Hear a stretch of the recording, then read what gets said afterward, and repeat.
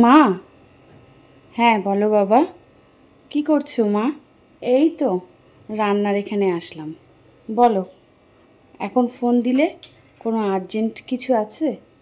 না মা, ভালো লাগছিল না, তাই ভাবলাম অফিসে যাওয়ার আগে তোমাকে একটু ফোন করি। তোমাকে ফোন করলে জানো তো মা, আমার মন সব কিছু ফ্রেশ হয়ে যায়, মনে হয় যেন আমার মনটা খুব আনন্দে থাকে। তো তার জন্য আমি আগে তোমাকে ফোন দিলাম। তো ফোনটা দিয়ে আমি ভাবলাম একটু কথা বলে মাইন্ডটা ফ্রেশ করে তারপরে অফিসে যাই। ভালো করেছো বাবা। তো কি করছো এখন?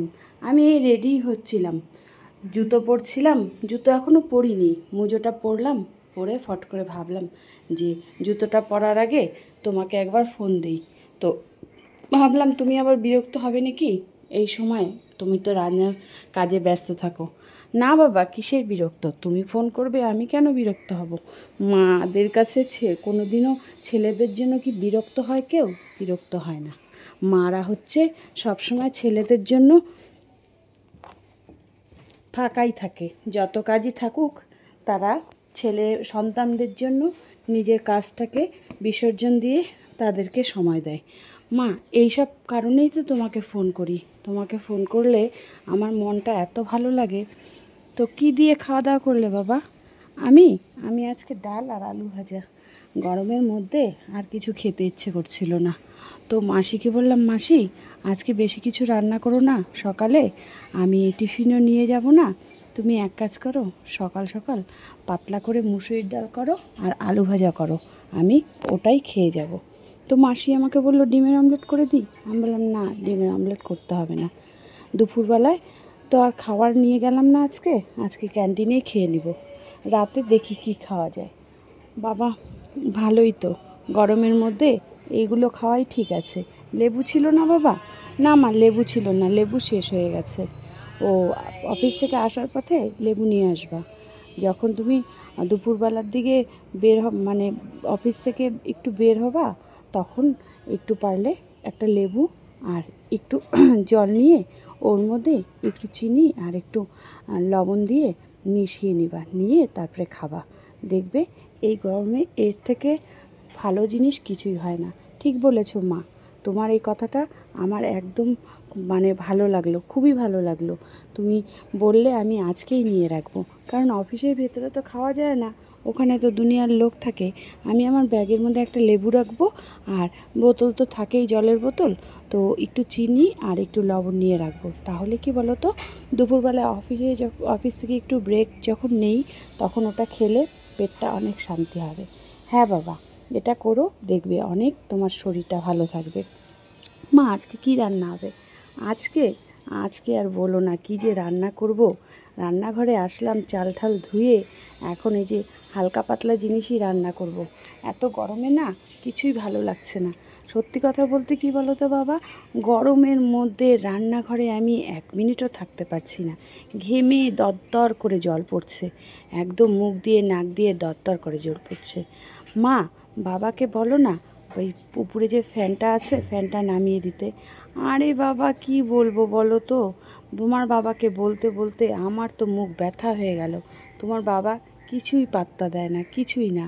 আমি যে গরমের মধ্যে রান্না করতে পারছি না, এটা তোমার বাবা বুঝতে পারছে না। তোমার বাবা আমাকে বলে, ও তোমার তো যত নকশা, আর সব মহিলারা কি করে রান্না করে বলো তো বাবা, তুমিই বলো। সবার সাথে সবসময় তুলনা দিলে হয়? আরে বাবা, সবার বাড়িতে কি আমার মতন ফ্যান নেই? অনেকের বাড়িতে ফ্যানও আছে, আবার অনেকের বাড়িতে খোলা জানলাও আছে, কিন্তু আমার বাড়িতে তো সেটা কিছুই নেই। এই ছোট্ট একটা রান্নাঘরের মধ্যে আমি কি করে রান্না করি বলো তো?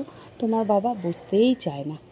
মা, ঠিক আছে, এরপরে ছুটিতে যখন আমি যাব বাড়িতে, তখন আমি তোমাকে একটা ফ্যান লাগিয়ে দেব। বাবা, সবই তো তুমিই করো, এসে কর্তব্য দায়িত্ব সবই করো, বাবাকে একটু বলো করতে। তুমি তো এখনও সেরকম কিছু বড় হওনি না, বাবা তো এখনও টনটনা আছে, বাবাকে বলো একটু দায়িত্ব নিতে। তুমি যদি সেরকম সবসময় বাবার ফরে সাপোর্ট কাটো, তাহলে তো মুশকিল। না মা, বাবার ফরে না।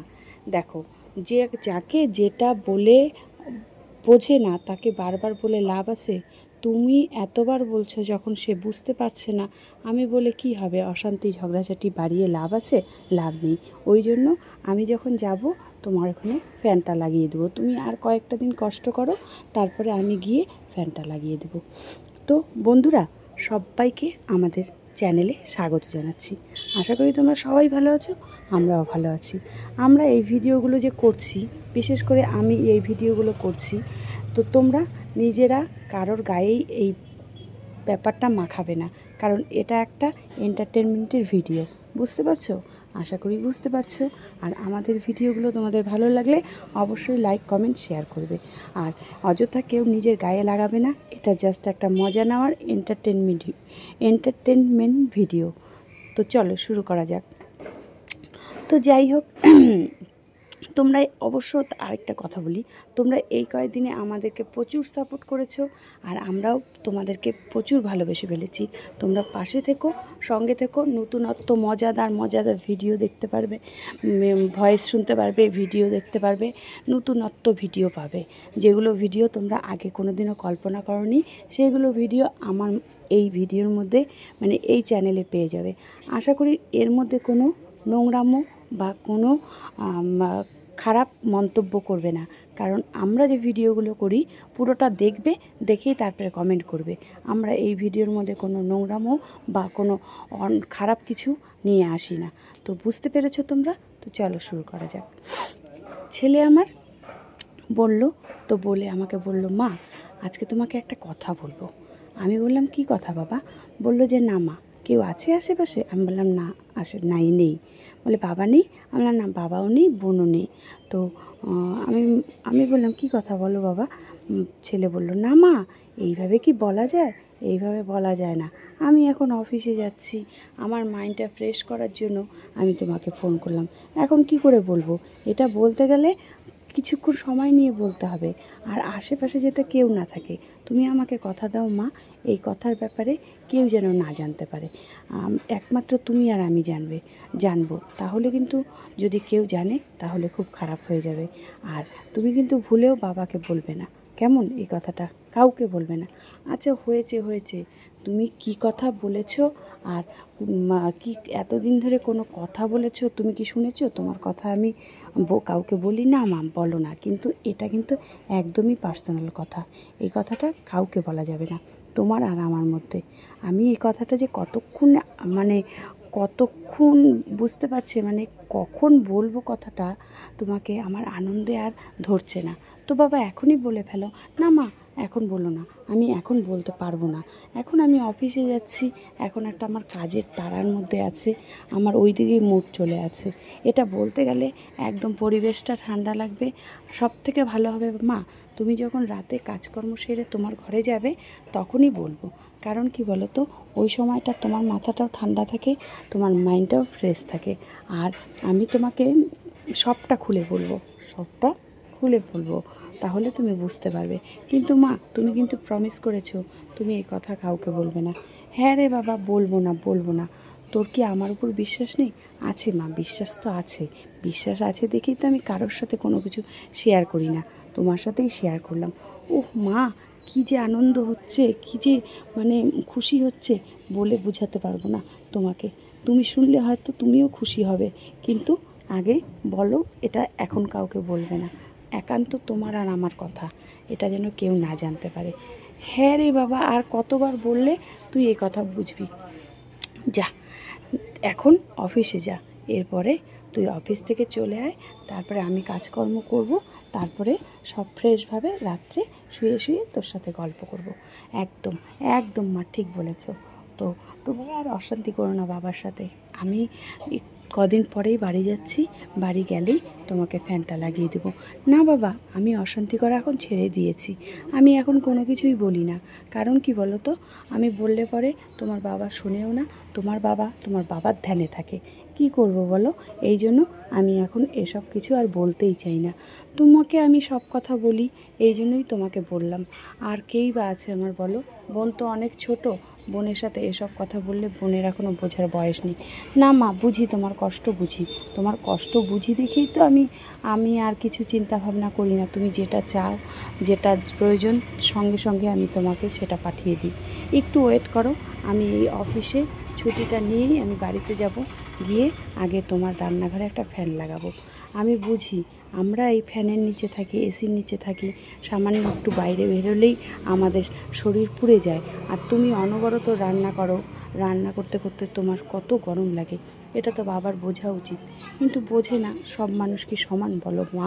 তুমি তো আমাকে বুঝাও, যখন আমি কারোর কিছু বলি, বোনের কথা বলি, তখনই তুমি তো বলো যে বাবা, হাতের 5টা আঙ্গুল কি সমান? সমান না, তুমি বড়। তাহলে এখন তুমি কেন অবুঝের মতন করছো মা? একটু ধৈর্য ধরো, আমি তো আসবই। আরে বাবা, ধৈর্য তো ধরছি, আমি ওসব কথা বলছি না, আমি বলছি বাবার কথা। বাবার তো কোনো চিন্তা ভাবনাই নেই, কোনো দায়িত্ব নেই, কোনো জ্ঞান নেই। কতদিন আর তুমি এইভাবে পালন করবা? তোমারও তো এরপরে সংসার হবে না। এই যে যা মায়না ঠায়না পাও, সবই তো সংসারের পেছনে তুমি উড়িয়ে দাও। তো মার পেছনে, বোনের পিছনে, বাবার পিছনে দিয়ে দাও।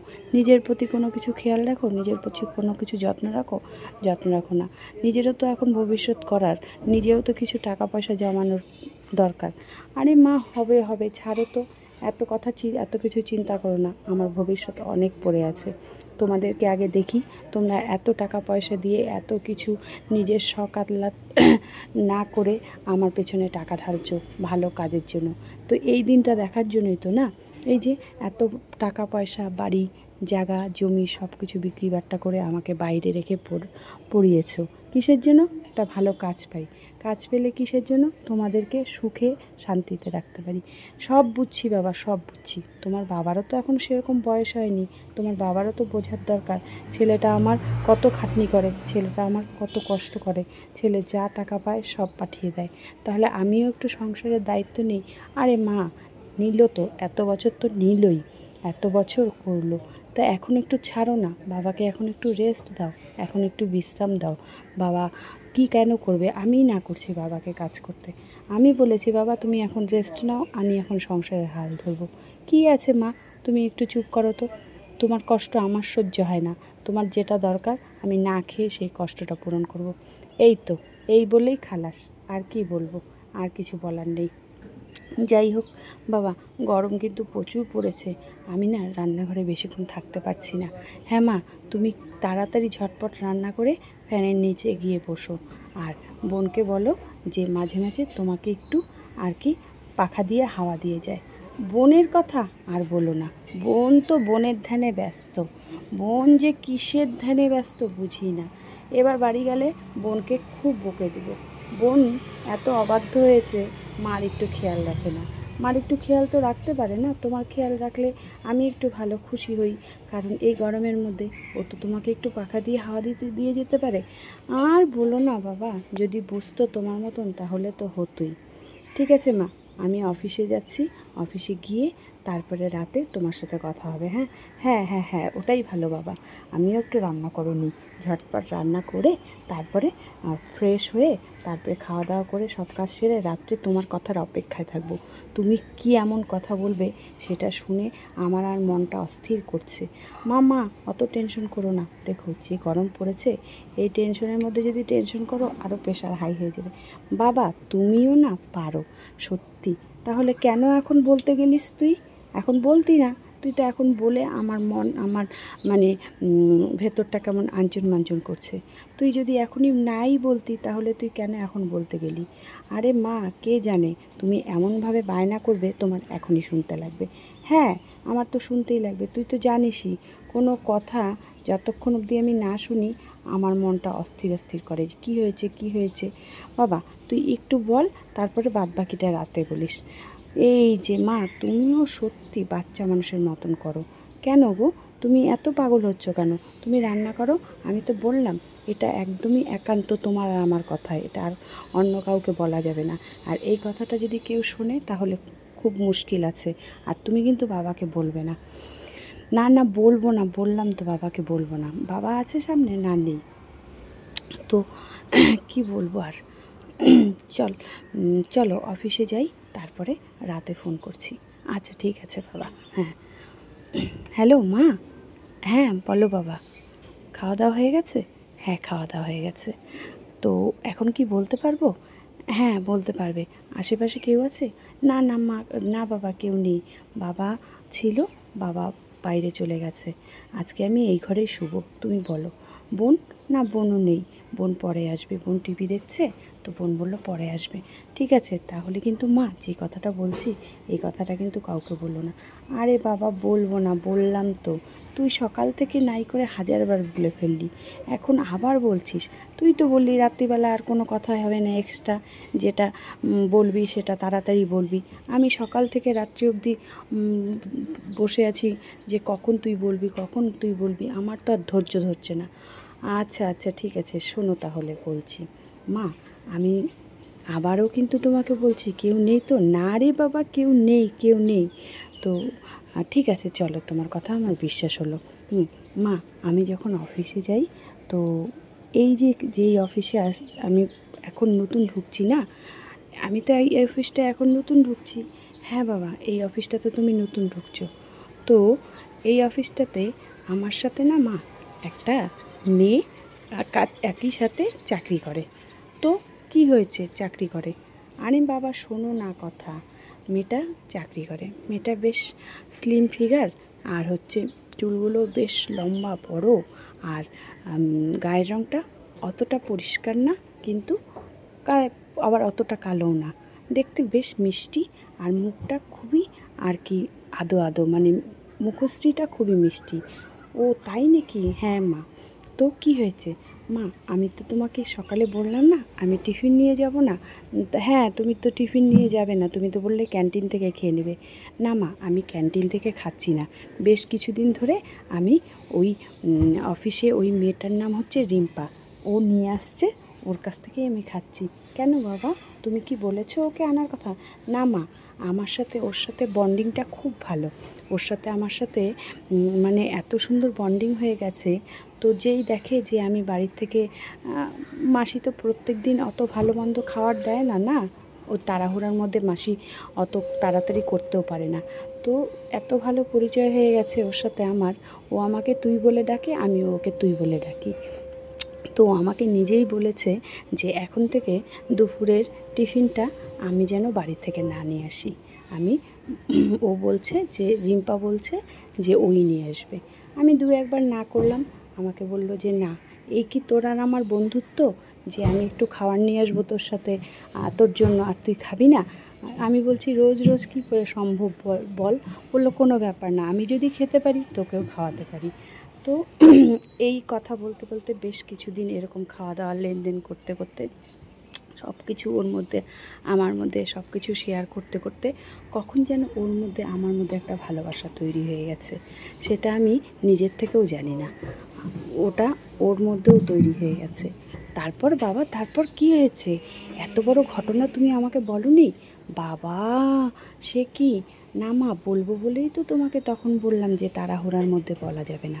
তারপর আমিও ওকে ভালোবেসে ফেলেছি, ও আমাকে ভালোবেসে ফেলেছে, দুজন দুজনের মধ্যে আমাদের গভীর ভালোবাসা হয়ে গেছে। তো কে বললো আগে বাবা, তুমি না মেয়ে, মানে রিম্পা?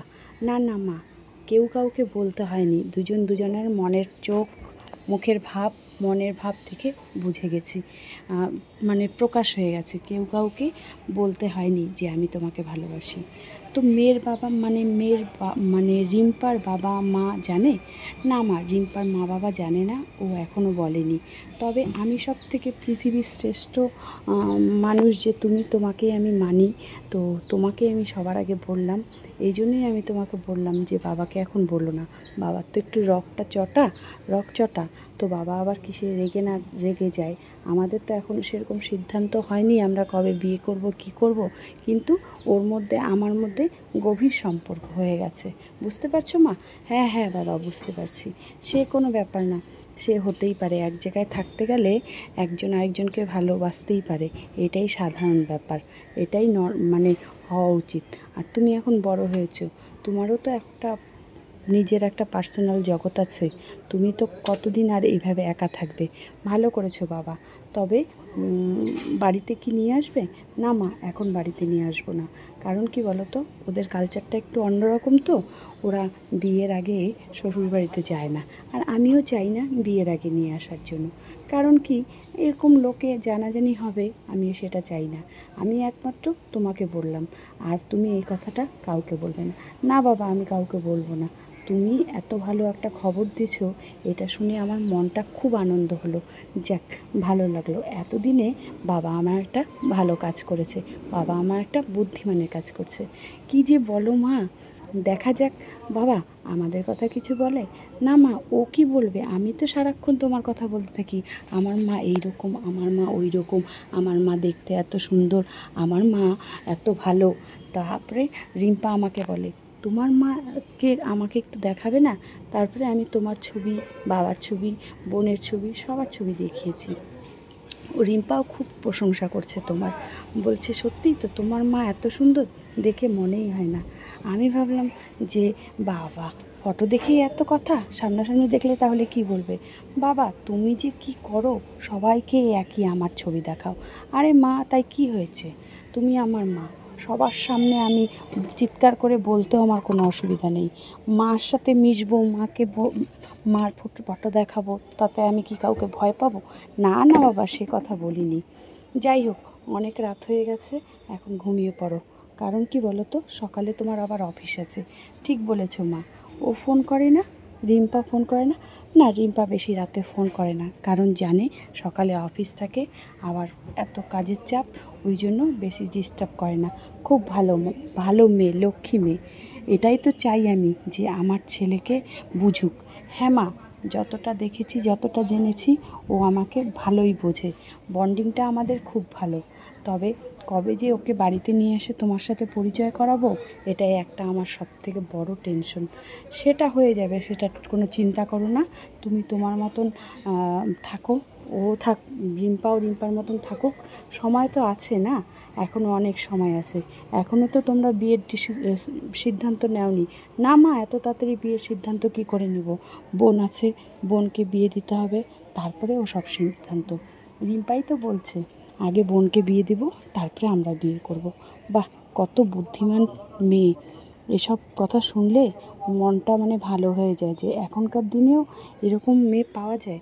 না মা, সত্যি ও 8-10টা মেয়ের মতন না, ও একদম ঘরোয়া, নম্র, ভদ্র মেয়ে। এখনকার দিনের মেয়ের মতনই না, এখনকার দিনের মেয়েরা যেরকম হয় না, ওরকম না। ও আচ্ছা আচ্ছা, তাহলে তোমার চয়েস খুবই ভালো বাবা। যাক, আমি নিশ্চিন্ত। আমি চাই আমার ছেলের হাতটা যে ধরবে, সে শক্ত করে ধরবে। এখনকার দিনের ওই ছাড়া ধরা, ওগুলো আমি পছন্দ করি না। না মা, ও রিম্পা একদমই আলাদা। ঠিক আছে বাবা, অনেক রাত্রি হয়েছে, এখন তুমি ঘুমিয়ে পড়ো, আমিও ঘুমিয়ে পড়ি।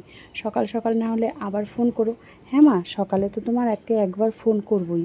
তোমাকে যদি সকালবেলা না ফোন করি, আমার সারা দিনটা খারাপ যাবে। যতই আমি রিম্পার সাথে কথা বলি না কেন, তোমার সাথে কথা না বললে আমার দিনটা ভালোই যাবে না। আর রিম্পা রিম্পার জায়গায়, তুমি তোমার জায়গায়। রিম্পা যতই আমার প্রিয় মানুষ হোক, তোমার থেকে প্রিয় মানুষ কেউ না। তুমি আমার মা, তুমি সব থেকে বেশি ভালোবাসো আমাকে।